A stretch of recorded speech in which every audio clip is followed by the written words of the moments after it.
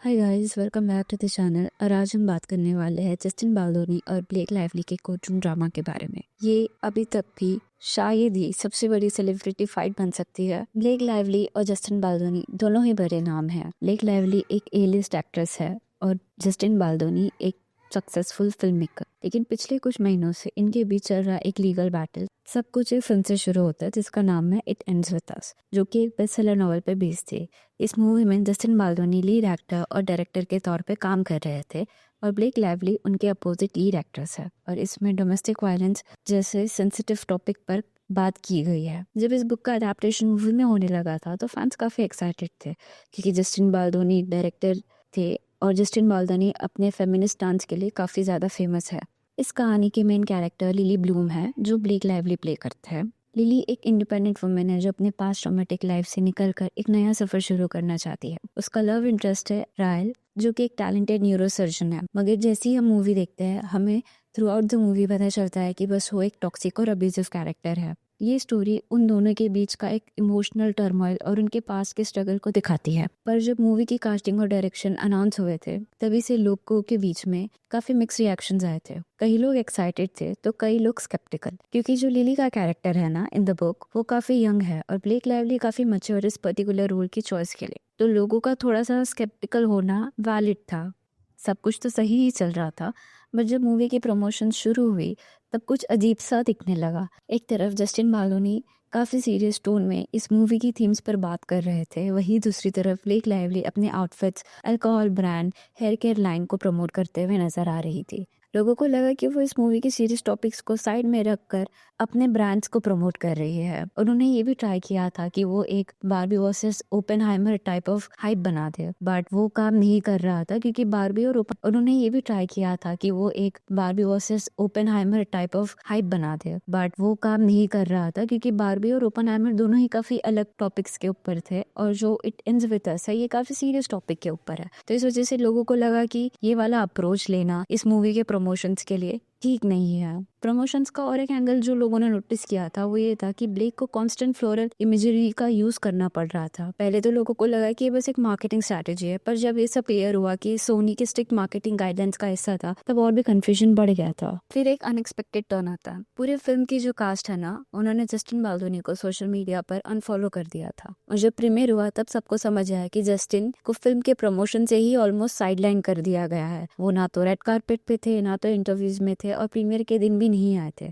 उनको अलग से बैठा के रख दिया था। फिर सब कुछ नॉर्मली हो जाता है, सब आगे बढ़ जाते हैं, सब प्रमोशंस मूवी के खत्म हो जाते हैं, मूवी रिलीज होकर अच्छा खासा प्रॉफिट करने चली जाती है। But on 25 December Blake Lively ने एक लॉसूट फाइल की थी जस्टिन के अगेंस्ट, जिसमें उन्होंने जस्टिन पर work place harassment, fat shaming और अनप्रोफेशनल बिहेवियर जैसे सीरियस एलिगेशंस लगाए थे। ये एलिगेशंस इतने स्ट्रॉन्ग थे कि पूरा इंटरनेट इनकी साइड लेने लग गया था और जस्टिन की टीम ने इन सारे एलिगेशंस को नॉट जस्ट फॉल्स बल्कि प्लान मीडिया स्मेयर कैंपेन बताया। उन्होंने कहा कि ब्लेक और उनकी पीआर टीम ने इंटेंशनली जस्टिन की इमेज खराब करने की कोशिश की है ताकि वो इंडस्ट्री से आउट हो जाए। तो अब सिचुएशन कुछ इस तरीके की है कि जब तक ब्लेक के पास कोई सॉलिड प्रूफ नहीं होता है, जैसे कि कोई वीडियो जिसमें जस्टिन उन्हें हरास कर रहे हो या कोई सीरियस एविडेंस, तो इंटरनेट को लगता है ये उनके और रायन रेनॉल्ड्स की रेपुटेशन के लिए बहुत ज़्यादा डेंजरस हो सकता है या ये उनका करियर इवन ख़त्म भी कर सकता है, क्योंकि ये दोनों बहुत ज़्यादा बैड लाइट में नज़र आ रहे हैं। पहला लॉसूट पढ़ने के बाद तो लोगों को ये सारे सवाल उठने लगे और कुछ चीज़ें क्लियर ही नहीं हो रही थी। और वो ये था कि जस्टिन और ब्लेक की एक नॉर्मल फ्रेंडशिप और एक वर्किंग रिलेशनशिप इतनी बुरी कैसे हो गई है, इतनी हेट्रेड तक कैसे पहुंच सकती है। और इस लॉसूट को पढ़ने के बाद हम सबको ये लगता है कि इसका जवाब मिल गया।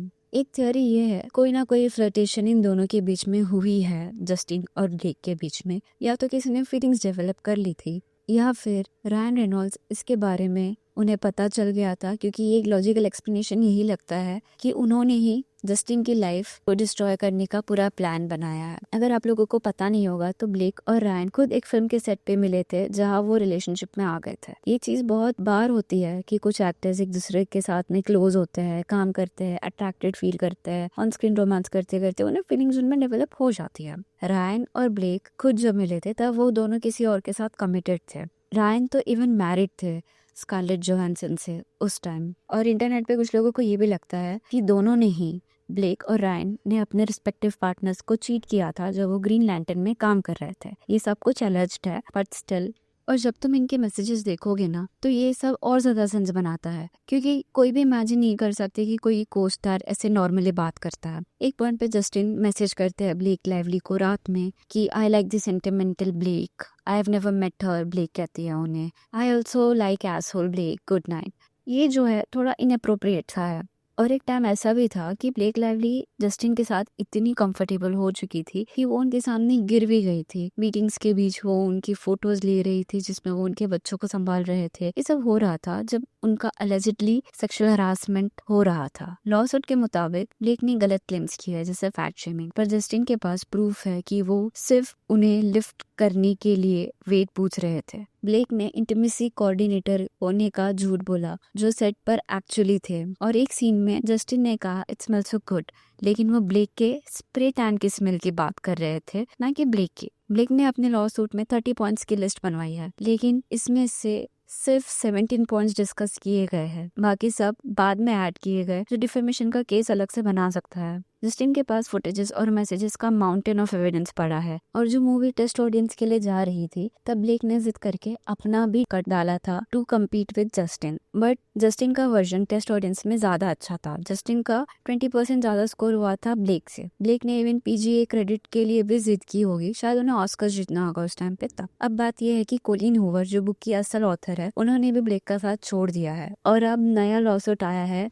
जूड वॉलिस ने 6 मिलियन का केस किया है। रायन रेनॉल्ड्स जी असली विलन है ऐसा लग रहा है इस पूरी सिचुएशन से। उनमें काफी इनसिक्योरिटी थी जस्टिन को लेके, जो कि उन्हें डिस्ट्रॉय करने की कोशिश कर रहे हैं। ब्लेक की जगह उसी ने सब कंट्रोल किया है। गलती रायन की है, उसकी ईगो के चक्कर में अपनी बीवी को डैमेज कर रहा है। इंटरनेट पे काफी कमेंट्स इसी तरीके के आ रहे हैं, काफी सारे लोग यही थ्योरी बना रहे हैं, कुछ टिकटॉकर्स इवन यही सब कह रहे हैं। कुछ लोग तो ये भी देख रहे हैं कि एक टाइम था जहाँ जस्टिन ने रात के 10 बजे ब्लेक को एक लंबा सा ऐसे लिख कर दिया था, एंड इवन उस टाइम पे रायन रेनॉल्ड्स उनके साथ थे और उन्होंने मे ये मैसेज देख लिया होगा और उन्हें काफी अजीब लग रहा होगा क्योंकि ये थोड़ा सा अनप्रोफेशनल तो है। तो ये जो पूरी सिचुएशन है ये प्राइवेट में सेटल हो सकती थी, ना कि एक फुल ब्लोन आउट वॉर की तरह इसे ट्रीट करना चाहिए था। जैसे कि आप लोग जानते हो एक इन्फेमस टेक्स्ट मैसेज जो ब्लेक ने जस्टिन को भेजा था जिसमें वो टेलर स्विफ्ट और रायन रेनॉल्ड्स को एज अ ड्रैगन की तरह रेफर कर रही है और खुद को एज अ खलीसी।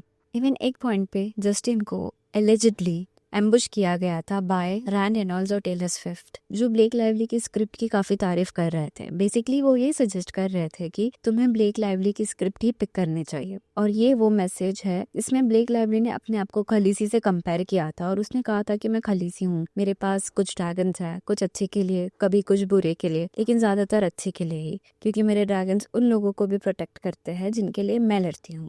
हम जानते हैं कि पावरफुल लोग ही ऐसा करते हैं, लेकिन किसी को इतना ओपनली अपने इन्फ्लुएंस के बारे में बात करते हुए सुनना इज वेरी शॉकिंग, सिर्फ इसी वजह से क्योंकि वो दुनिया के एक मोस्ट पावरफुल सेलिब्रिटी है। और एक शॉकिंग लीक तब सामने आया जब एक वॉइस नोट लीक हुए जिसमें जस्टिन ब्लेक से माफी मांग रहे थे उनके स्क्रिप्ट चेंजेस रिजेक्ट करने के लिए। ब्लेक ने एक ईमेल में ये भी लिखा था कि उनको ऐसा महसूस हो रहा है कि उनके क्रिएटिव इनपुट्स को इग्नोर किया जा रहा है, और उन्होंने एक सरप्राइजिंग बात लिखी थी कि टेलर स्विफ्ट भी उनके स्क्रिप्ट चेंजेस को सपोर्ट कर रही है। रायन रेनॉल्ड्स हॉलीवुड में बहुत पावरफुल है और उनका नाम इस्तेमाल करके एक वाइल्ड थ्रेट देने जैसी हरकत की गई है, और मुझे नहीं लगता है कि टेलर स्विफ्ट खुश होगी अगर उन्हें सिर्फ एक बार्गेनिंग टूल की तरह यूज किया जा रहा हो तो। अब पहली चीज जो ब्लेक लाइवली ने झूठ बोला वो ये था कि जस्टिन ने उनको फैट शेम किया है और उस फिल्म में कोई सीन नहीं है जहाँ पे वो उन्हें उठाने वाले थे, लेकिन असली में एक सीन था जिसमें उन्हें उनको उठाना था जो फिल्म से कट कर दिया गया ब्लेक की वजह से। जस्टिन के पास प्रूफ है कि उनको बैक इंजरी है और उन्होंने सिर्फ ब्लेक का वेट इसलिए पूछा था ताकि वो प्रैक्टिस कर सके और कुछ नहीं, ताकि जब वो उन्हें उठाए तो कोई प्रॉब्लम ना हो। तो ये फैट शेमिंग नहीं थी बल्कि उसका उल्टा था। एक्चुअली उन्होंने ब्लेक को सपोर्ट किया था और उनके मैसेजेस से ये भी प्रूफ होता है। ब्लेक ने स्मेल के बारे में कुछ नहीं कहा था, तो चाहे जो भी हो ये इंटरेक्शन ऑकवर्ड और अनकंफर्टेबल तो जरूर था, लेकिन ये हरासमेंट नहीं था। और अब ब्लेक की लीगल टीम ने इस फुटेज को पब्लिक होने पे रिएक्ट किया है। उन्होंने कहा है कि जस्टिन बाल्डोनी और उनके लॉयर्स की ये स्टंट है जो उनके खिलाफ एविडेंस को कवर करने की कोशिश कर रहा है। जस्टिन के लॉयर ने भी तुरंत इसका जवाब दिया है। उन्होंने कहा है कि वो एक वेबसाइट बना रहा है जहाँ हर एक टेक्स्ट मैसेज, हर एक एविडेंस और हर एक वीडियो फुटेज अपलोड किया जाएगा जो कि पब्लिकली अवेलेबल होगा। और अब ये भी पता चल रहा है कि कोलिन हूवर ने ऑफिशियली अपना सपोर्ट हटा दिया है ब्लेक लाइवली से। कोलिन हूवर जो ओरिजिनल ऑथर है बुक की, वो ब्लेक लाइवली का सपोर्ट कर रहे थे, बट अब जैसे ही बैकलैश मिल रहा है तो उन्होंने अपना इंस्टाग्राम अकाउंट डिलीट कर दिया है। इसका मतलब तो यही होता है कि अब ब्लेक को कोलिन हूवर का कोई सपोर्ट नहीं मिल रहा है। और जैसे ही पब्लिक परसेप्शन रायन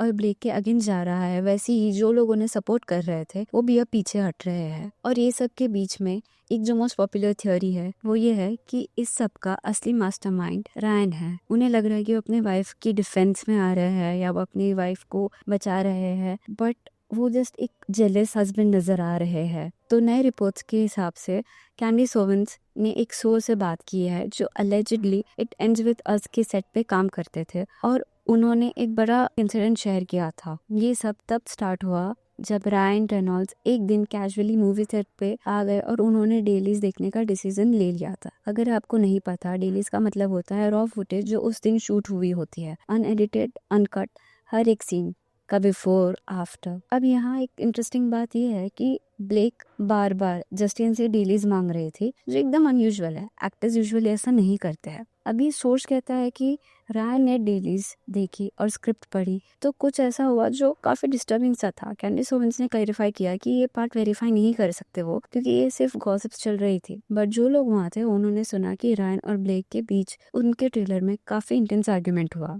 कुछ थ्योरीज के अकॉर्डिंग जो डेलीज देखने की डिमांड ब्लेक कर रहे थे वो ब्लेक की नहीं बल्कि रायन की थी। ये पास्ट बिहेवियर से मैच करता है क्योंकि ब्लेक ने पहले भी कहा था कि एक रूफटॉप सीन है जो उन्होंने रीराइट किया है, बट लेटर ऑन जब रेड कारपेट पे एक्सीडेंटली उन्होंने कन्फेस किया कि वो एक्चुअली रायन रेनॉल्ड्स का काम था। फिर लॉ सूट में एक और शॉकिंग क्लेम आया था कि जस्टिन बाल्डोनी का कहना है कि रायन रेनॉल्ड्स ने उन्हें पब्लिकली एम्बैरेस करने के लिए डेडपूल मूवी में नासपुल नाम का एक कैरेक्टर बनाया जो क्लियरली जस्टिन से काफी ज्यादा मिलता जुलता है। आयरनी ये है कि ये जो कैरेक्टर है वो एक्चुअली ब्लेक लाइवली के हाथ तो मारा जाता है डेडपूल मूवी में। कैंडिस ओवेंस ने ये भी ऐड किया है कि रायन रेनॉल्ड्स ने जस्टिन बाल्डोनी को उन्हें अपनी प्रेजेंस दिखाने की बहुत बार कोशिश की है, from script changes to promotions.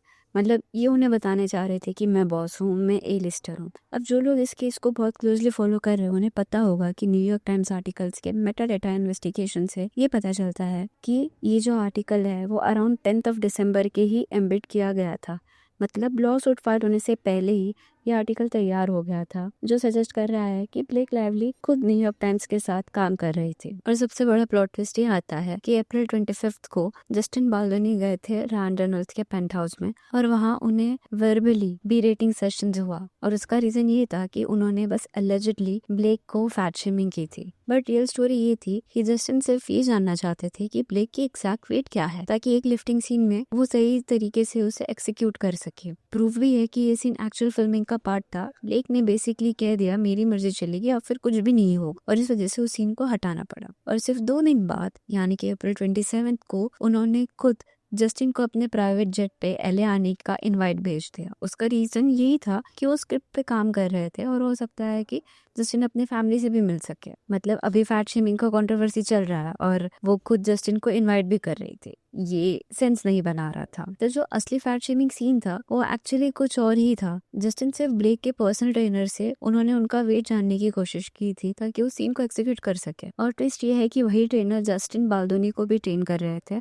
और इसकी रिसिप्ट्स भी अवेलेबल है। तो अब मेन इशू यहाँ पे ये आता है कि ये सब कुछ कोइंसिडेंस है या फिर रायन रेनॉल्ड्स ही पूरे गेम को प्लान कर रहे हैं। तो अब आगे क्या होगा? जस्टिन का $400 मिलियन का लॉसूट ब्लेक के अगेंस्ट अब एक मेजर लीगल बैटल बन चुका है और अगर ये केस पब्लिक ट्रायल में जाता है तो ये हॉलीवुड का अगला Johnny Depp versus Amber Heard movement भी बन सकता है। तो आपका क्या कहना है इस कंट्रोवर्सी के बारे में? क्या आपको भी लगता है कि ब्लेक लाइवली सही कह रही है और ये सिर्फ एक पीआर स्टंट है? कमेंट सेक्शन में अपनी राय जरूर बताइए। तब तक के लिए stay safe and stay curious.